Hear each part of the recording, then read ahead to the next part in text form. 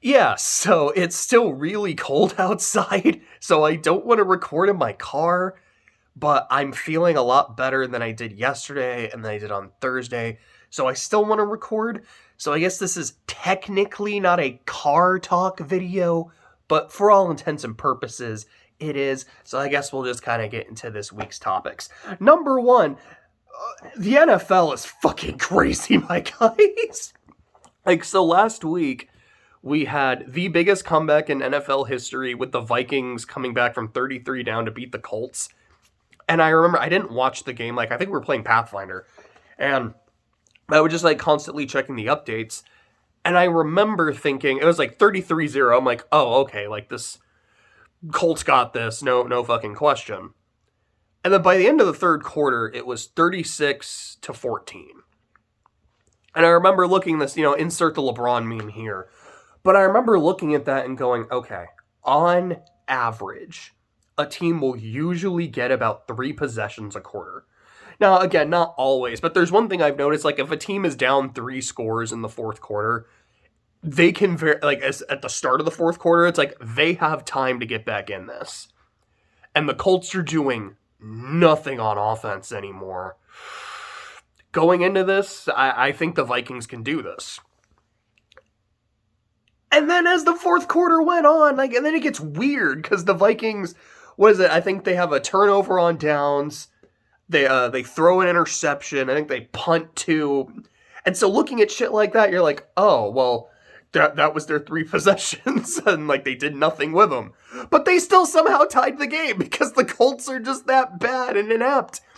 And I didn't watch it, but just from what I was reading on Twitter and seeing the updates, it seems like the Vikings got screwed out of, I think, 2 total defensive touchdowns, which probably would have won the game in regulation, but then the Colts also got screwed because they tried to ice the game on a 4th and 1 instead of kicking a long field goal. And if they had kicked the field goal and made it, they would have won. But if they got that 4th and 1, they would have won, and it looks like they did get it, but the refs were like, no, his progress stopped, even though it really had, what the hell happened? This was the weirdest shit. And despite being the biggest comeback in NFL history, it might not have even been the weirdest thing to happen that week. We had other crazy comebacks. We had the Jags coming from 17 down to beat the Cowboys in overtime on a pick 6, which was not Dak's fault. I've seen that play. I think it hit his dude right in the chest. Didn't catch it. Jags catch it, run it into the end zone. You had the Bengals come back from 17 down. So that shit was weird, man. So yeah, the Bucks in the first half are cruising. They're up 17-3 by the end of the half. And then all of a sudden, they just imploded. Was this weird fake punt. Brady fumbled. He threw 1 or 2 interceptions. I don't remember which. But he threw a pick.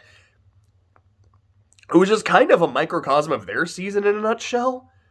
They can't seem to get out of their own way, a lot like my Saints. It's been the entire division. They're fucking terrible.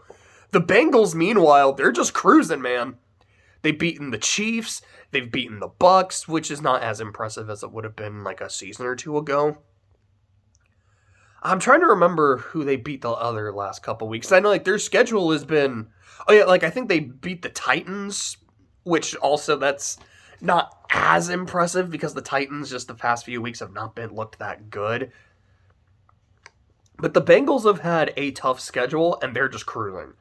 Their game against Buffalo, which I think is next week, I am really excited for. That game might just be for the number 1 seed in the AFC. Going into the season, Buffalo was my pick to win the AFC. I think I just had them winning the Super Bowl outright. These last few weeks, though, I think I'm on the Bengals train, man. This team is just good. This team is tough. I keep seeing the Chiefs playing down to their competition. They were up, 20, it was either 24-0 or 27-0 against the Broncos, and then they almost lost. They went to overtime that was another crazy thing that happened last week. They went to overtime against the Texans. They won, but it should have never been that close.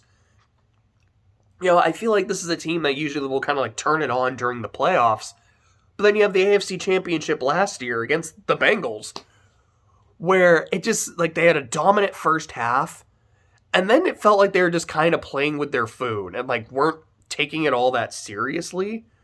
The Bengals, meanwhile, were like, no, like, we're going to come back, we're going to win this game, and, like, you're not going to stop us.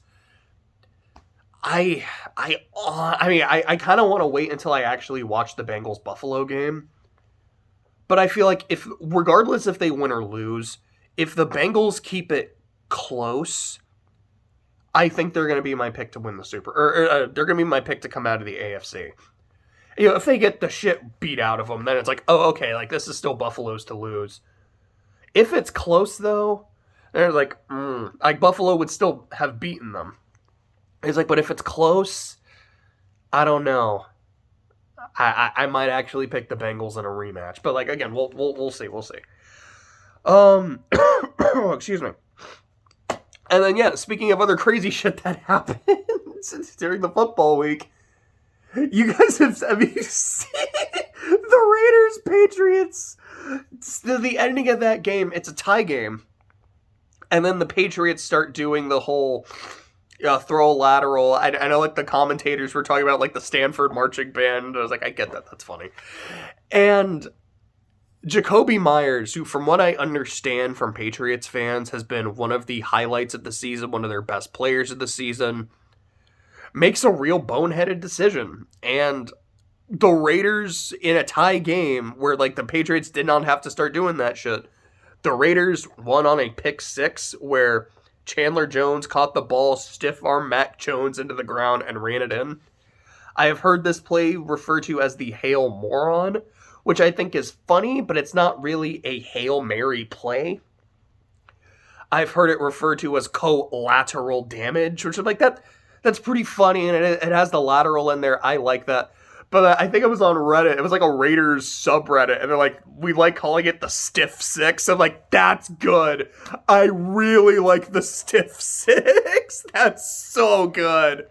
I mean, there's so many teams in the AFC right now that are like 6 and 8. I think Pittsburgh, the Raiders, Jacksonville, who is in control of their own destiny to win the South because I almost said Houston. They beat Tennessee a few weeks ago, and they play them again in the final week of the season. Those might be... Cleveland is 6 and 8. So, like, these are teams that they're definitely on the outside looking in, or as the Rich Eisen show says, which I have to shout out because I love watching them.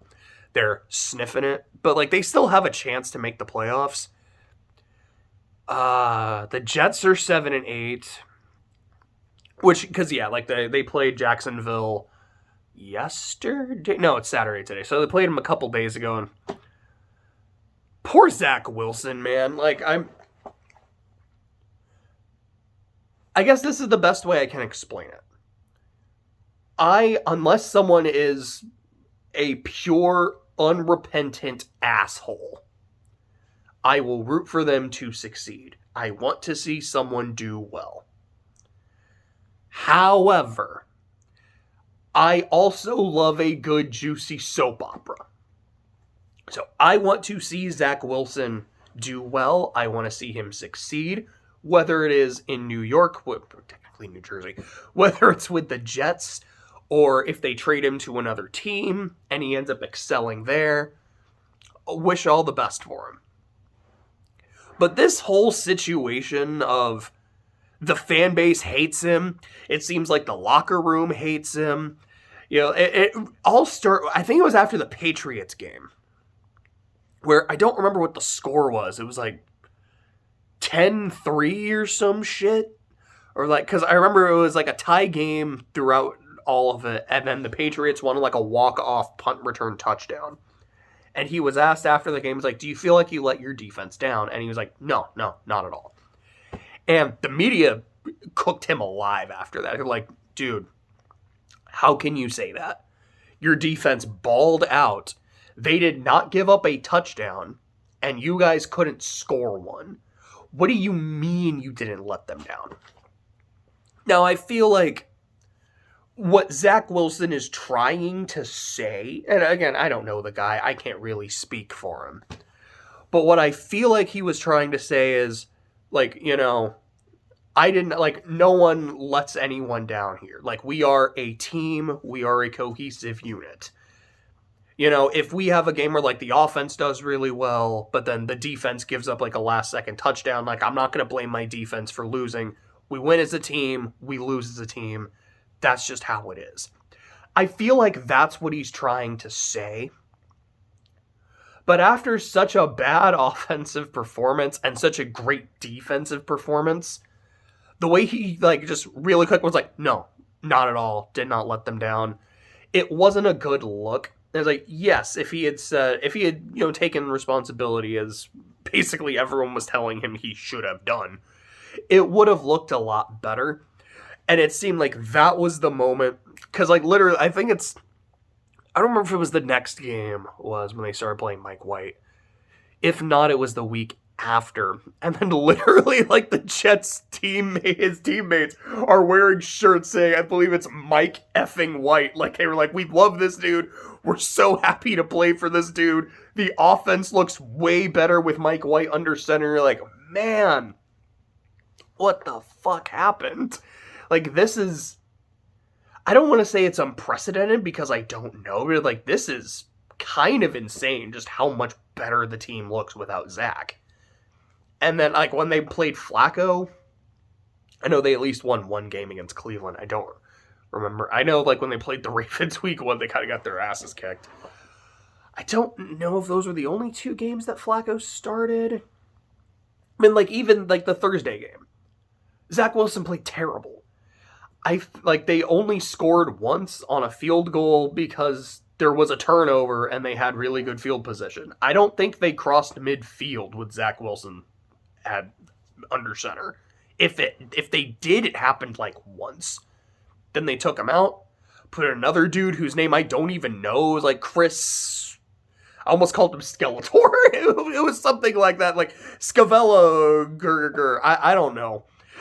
I had never heard of this dude before, but he comes in and, the team feels way more energized anytime he does anything, because this game was in New York. The fans are going crazy, but anytime Zach did anything, he was just getting booed. And so, like I said, I want to see Zach Wilson do well.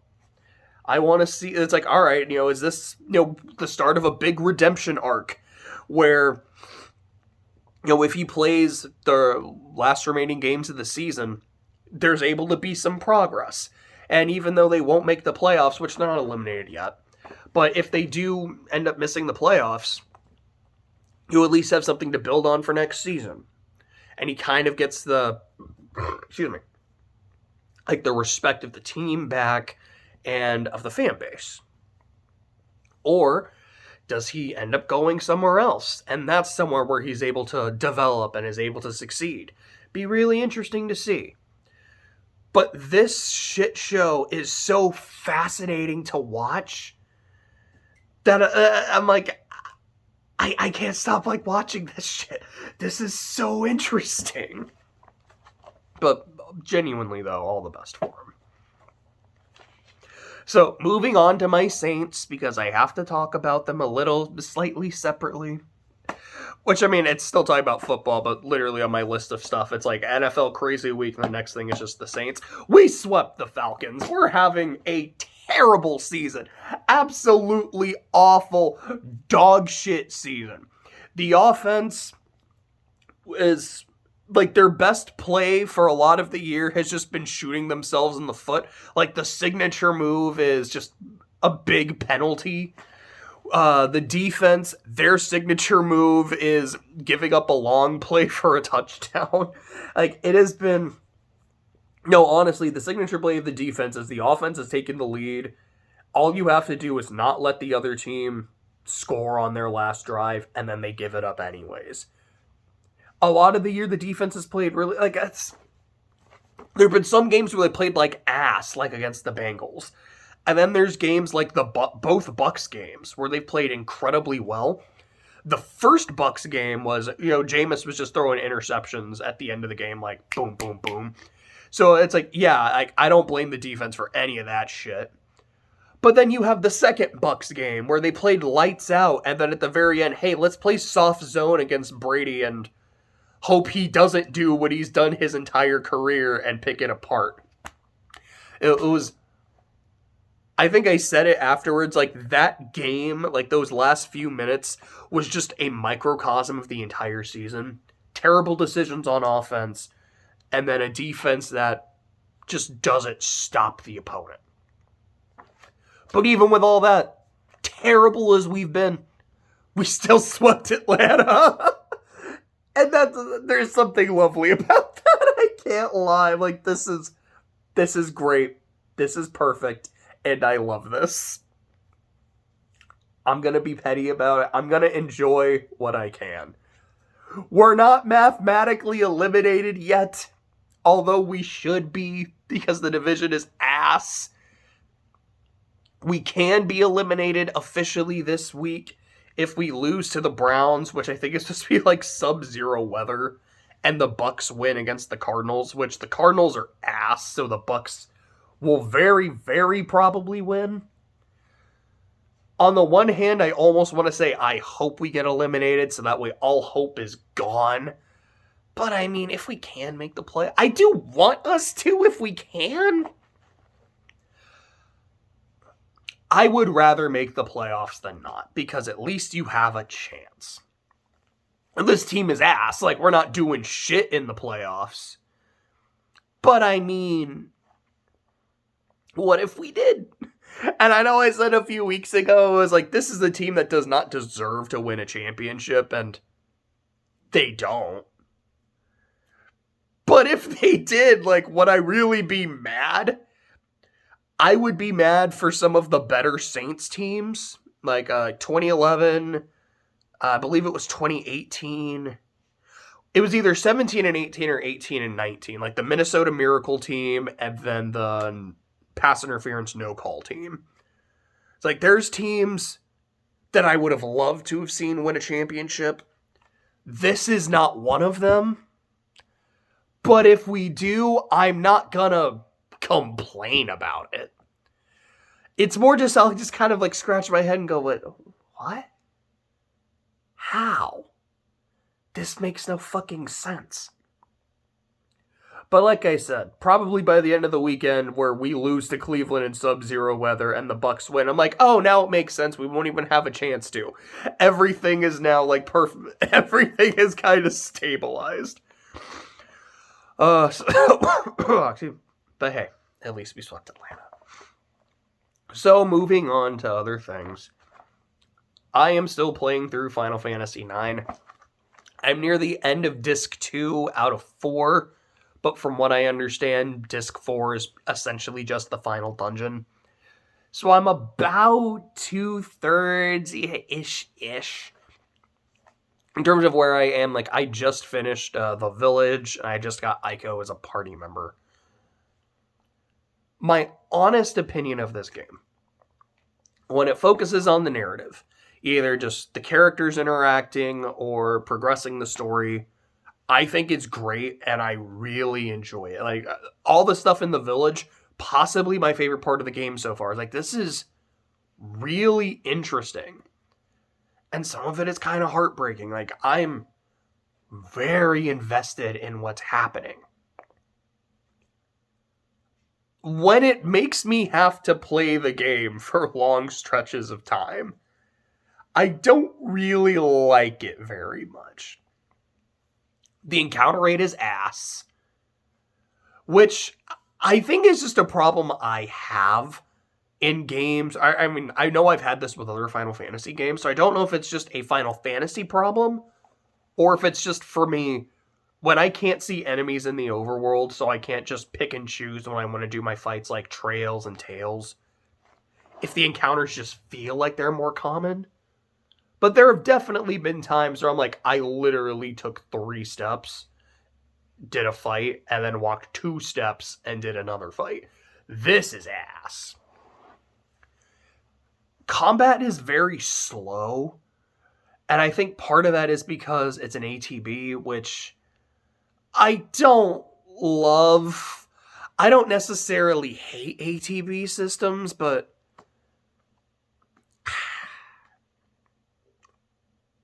yeah.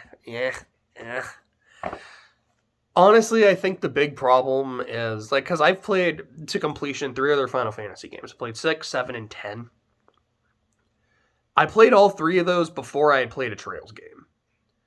And after playing Trails and how they do turn-based combat, where there's a lot of things you can do to influence turn order, to interrupt people from doing their shit, seeing enemies on the overworld, and like, this is and also just the level of customization. I'm like, wow, I really love all of that. This is a great way to do a JRPG system. And boy, that's just not here. It's again like the encounter rate, yeah, the ATB system. I think what I don't like about it is it makes it harder to react to things. I'm like, cool, like, because I don't know when the opponent is going, which is what I love about Trails. I know, okay, you are going to go at this time, so I know this is what I have to do to prepare for it. Or it's like, cool, you've taken your turn, so now I can react to what happened. Here's just like, no, they're going to go when they're going to go, and you have no way of seeing it. Which I also didn't love in 6, 7, and 10. But what I love about those games is that level of customization. With, Magicite, Materia, and the Sphere Grid, you can really just say, like, alright, if you want everyone to have Ultima, everyone can have Ultima. Okay, not as much in 10, but it's like, alright, this is the thing that gives you Ultima, boom. This is the thing that gives you this crazy-ass ability, boom. And even with 10, though, it's like by the end of the game, I had Lulu and Yuna double casting Ultima on the final boss because that was how I built them. The game allowed me to do that. In 9, it's certain like pieces of equipment will have abilities associated with it, but not everyone can learn those abilities. Now, a lot of them are just kind of very like general stuff like, oh yeah, this will prevent poison, this will prevent petrification, this prevents silence. And those are ones that's like, oh yeah, anyone can learn that. But not everyone can learn black magic, not everyone can learn white magic, etc., etc. Everyone has a like focused role, which is not inherently a bad thing. But I think just after playing, because like last year was the Trails year, and I'm like, oh boy, all the crazy customization, oh boy, it's setup time, and then going to this, or like, yeah, that's just not a thing. It doesn't mean it's bad. Like, I guess that's an important thing. I don't think the gameplay is bad. It just doesn't super appeal to me, and I feel like it feels kind of basic. It's okay, I guess, but I do really enjoy the story. Alright, so the next thing I have written down is Chainsaw Man. So the recent chapter came out. The chapter before that was the aquarium date, which I think is probably one of the funniest chapters in the manga. I don't know if it's funnier than the Family Burger chapter, but that one, like the Family Burger chapter, is definitely some black comedy. This one is just like, there's nothing really dark about it. It's just funny, and I've seen so many memes about it that's like, I think that one's a little funnier. This chapter, though, generally wasn't as funny. It's more just like, alright, some shit is happening. Let's try and like take stock of our situation. Let's figure out what we're doing. But the ending, where your girl Asa is like, hey, we're stuck in this place and we can't get out of it. You know what I can do? I can use my phone. I can, get service. I can try to make a call for help. We can see what happens. And then she falls and her phone breaks. And it's like the leader of her Devil Hunter Club. I don't remember exactly what he said, but it was like, you complain, you are not a team player. And when you had a chance to come through in the clutch, you failed. And like, it was just so savage and mean. And then the chapter just ends where her just like sitting with her head in her hands. I'm like, that's so shitty, but why am I laughing? Like, it was just such a hilariously mean-spirited ending. I kind of loved it. I don't even remember what the fuck Denji was doing in this chapter. Like, it's so weird that in, like, the second part of the manga, Denji is not the main character. Like, he's still here. He's still relevant. But he's just not the main character anymore. And I don't know if that's something that's going to keep going. Where, how do I want to say it? So, Asa's, the one she is contracted with is the War Devil, which is one of the 4 horsemen of the apocalypse. And they also just introduced the Famine Devil. So, we've encountered 3 of the 4. The next one is going to be Death. Death very much sounds like a final boss. Not just because he's a 4 horseman, but he is one of those, I don't remember what they called them, like, it was either like Prime Devils or, is that what it is? Because devils are supposed to be based off fear, so I think they are like the primal fears, like the Darkness Devil. Death is like, that's a 4 horseman, and he's definitely also a primal fear. That sounds like a final boss. Is that going to be like a part 3 of the manga, or is that going to be at the end of part 2? Is there only going to be 2 parts, or are we going to get a part 3 with the new protagonist? Like, I genuinely don't know, but honestly, I'm at the part where I'm like, the more the merrier, because I'm really enjoying the series. Let's see. Next thing I have is just the World Cup, because, yeah, that's also some shit that happened last week. I think that was that the same day as Colts Vikings?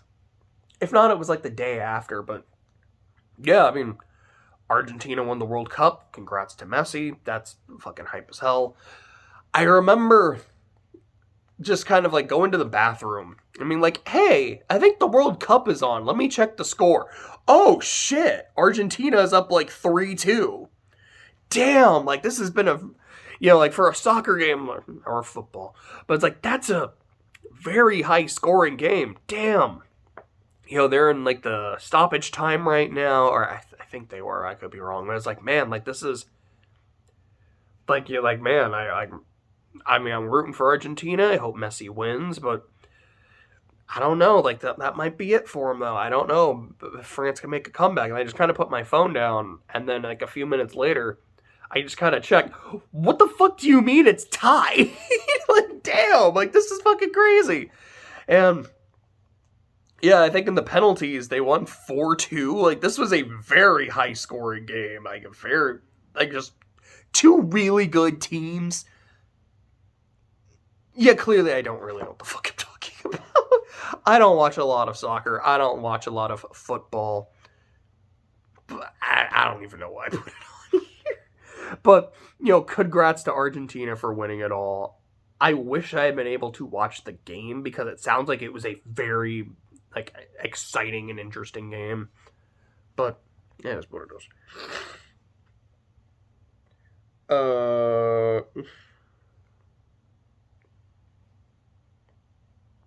What the hell does that say?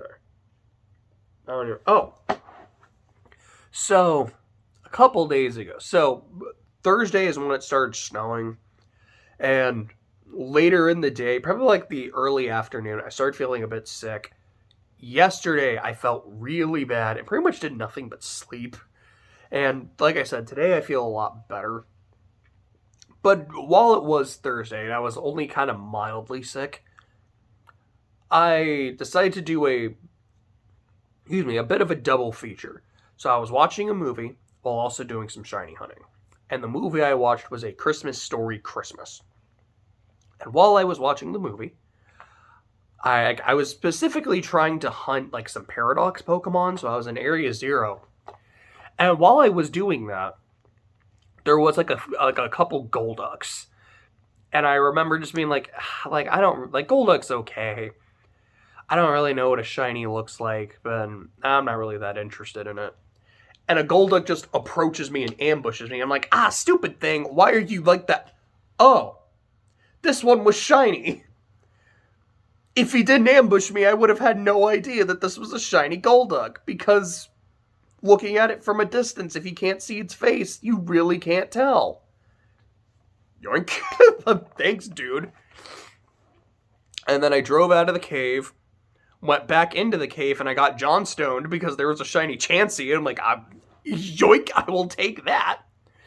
And then I went into a different cave and found a shiny Dunsparce, which is one of my favorite Pokemon. And I was like, damn. For the first, hour of this movie, I got nothing. And then the last, 10 minutes, it's just been a fucking fire sale. Let's go. I will take that. But so, to talk about the actual movie. A Christmas Story, one of my favorite movies, one of my favorite Christmas movies. I absolutely love it. This, if I had to describe it in one word, pleasant. Because I remember that's what I was thinking while I was watching. This is a very pleasant film. It's definitely a sequel that kind of repeats a lot of points from the previous movie. It's kind of all right, so we're doing this again, the two guys, triple dog daring each other, except now it's inverted, so that's kind of fun. We've got the bully going around and picking on them, but then they get their comeuppance. We've got, the Santa Claus at the, I guess that's kind of the thing, it repeats a lot of familiar bits from the first, or I guess beats from the first movie, but does them a little bit differently. How they react and treat the Santa at the mall. Similar, but different. The bully, similar, but different. Flick and Schwartz, similar, but different.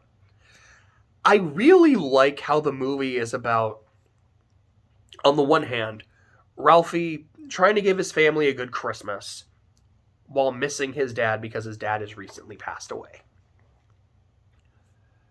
There's something really sweet about that, and, it's very sad, but it's very, I don't know.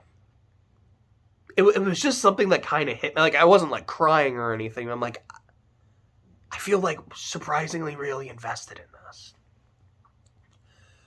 I love the ending. The ending is very sweet. And also, just the fact that his other major plot point is, I want to be a writer, and I made a deal with my wife that if I can get published by the end of the year, I will stay a writer. Excuse me. But if I don't, then I will go back to work. I like that. As someone who loves to write and really wants to get published, definitely hit me in a personal place. But to me, there's just something really sweet about that. It's I love you and respect your dreams enough that I'm going to give you this chance. But also, we need the extra money. So yeah, you kind of need to work, but I'm going to give you this. And how at the end of the movie, she does him a solid. It's just really nice. It's just, I honestly really liked it.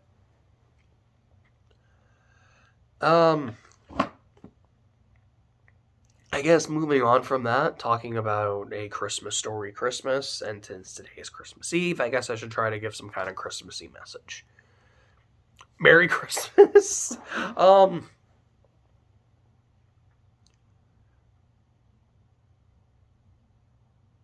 guess the only thing I really want to say is, the basic shit, enjoy your day and tomorrow, enjoy the holidays, whichever ones you do celebrate.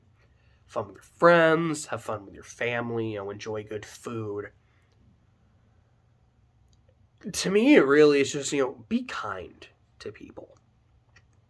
This is a season where that's the whole thing. It's being kind, goodwill toward men, be charitable, all that kind of shit. But you don't have to just do it in December or after Thanksgiving. Sometimes after Halloween, if you're a true heathen. But, you can enjoy the company of people all the time. You can be kind to people and be charitable all the time. you can make sure that the people that you love know that you love them all the time. So, I don't know, just do that and have a Merry Christmas.